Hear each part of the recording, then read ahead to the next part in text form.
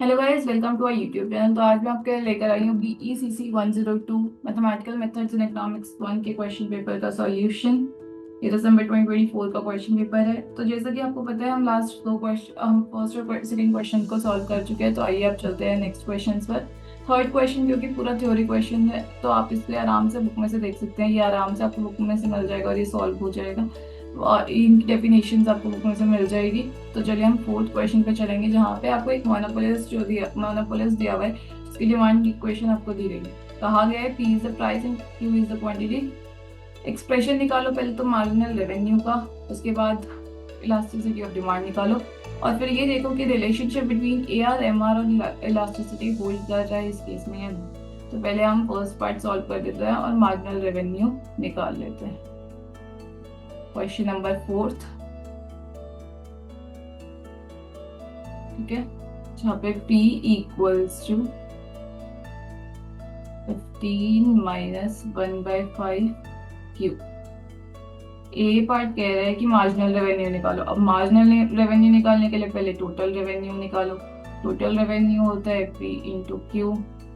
अब प्राइस जो है 15 माइनस 1/5 क्यू है, तो इसको क्यू से मल्टीप्लाई कर देंगे, तो आपके पास टोटल रेवेन्यू क्या आ गया। ठीक है, तो मार्जिनल रेवेन्यू बेसिकली क्या होता है? मार्जिनल रेवेन्यू होता है D of T R with respect to Q, जो कि होगा 15 इंटू 1 - 1/5। इसका फर्स्ट डेरिवेटिव हम कर देंगे। आपके पास एम आर की इक्वेशन आ गई और ये आपका फर्स्ट पार्ट सॉल्व हो गया। ठीक है, तो ये था आपका फर्स्ट पार्ट। अब बी पार्ट कह रहा है इलास्टिसिटी निकालो। अब इलास्टिसिटी ऑफ डिमांड का क्या देखेंगे हम?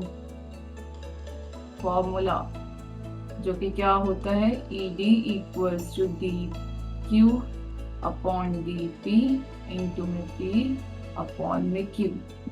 तो आपके पास P equals to 15 minus 1/5 Q था। इसे क्यू की टर्म्स में निकाल लेते हैं। तो Q 1/5 Q equals to 15 minus P हो गया। ठीक है, तो Q क्या हो गया, वहां पे मल्टीप्लाई हो गया 75 माइनस 5। ठीक है, तो अब क्या करेंगे, D Q by D P निकाल लेंगे, जो कि आएगा 0 - 5 इंटू में 1 विच इज इक्वल्स टू -5। तो ये आपका आ गया D Q by D P. ठीक है, अब हम इसे ईडी की इक्वेशन में पुट कर देंगे। ईडी क्या था, -5 इंटू पी बाई क्यू। तो ये -5 p बाई क्यू हो गया, जहाँ पे पी आप क्यू याद है आपको, क्या पी आपको याद है, 15 माइनस 1/5 क्यू था। तो उसको पुट कर देंगे और इसको सॉल्व कर लेंगे। तो -5 इंटू 15 75 माइनस 75, उसके बाद 5 से 5 कट गया, माइनस माइनस प्लस हो गया, क्यू आ गया विच इज, तो ये हो गया Q -75 अपॉन में Q, जो कि आपकी आ गई ईडी। तो आपकी इलास्टिसिटी ऑफ डिमांड आ गई। अब थर्ड क्वेश्चन कहता है कि एआर एमआर और इलास्टिसिटी के बीच में जो रिलेशन है वो होल्ड करता है या नहीं। तो पहले हम रिलेशन लिख लेते हैं। मार्जिनल रेवेन्यू की इक्वेशन आपके पास है, एआर बेसिकली होता है प्राइस और 1 + 1/E। ई जो होता है वो है ईडी। एआर जो होता है वो होता है प्राइस के equal in case of monopoly. ठीक है, इन केस ऑफ मोनोपोलिस्ट। तो एलएचएस तो बहुत ही सिंपल है। यहाँ पे तो एलएचएस में आपकी इक्वेशन 15 माइनस 2/5 क्यू है ना। तो ये तो हमारे पास है, हमें राइट हैंड साइड को वैलिडेट करना पड़ेगा ताकि वो लेफ्ट हैंड साइड के इक्वल आ जाए और हम वहां तक पहुंच जाए। तो एयर क्या था, प्राइस था, 15 माइनस 1/5 क्यू था, और इलास्टिसिटी क्या थी, 1 + 1/क्यू -75 अपॉन में क्यू। और ये पूरा सॉल्व कर लेते हैं अब हम।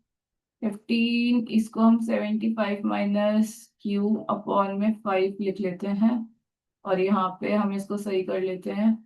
अभी के लिए 1 + क्यू अपॉन में क्यू -75, फिर 75 माइनस क्यू अपॉन में 5 इंटू में क्यू -75 प्लस क्यू अपॉन में क्यू -70।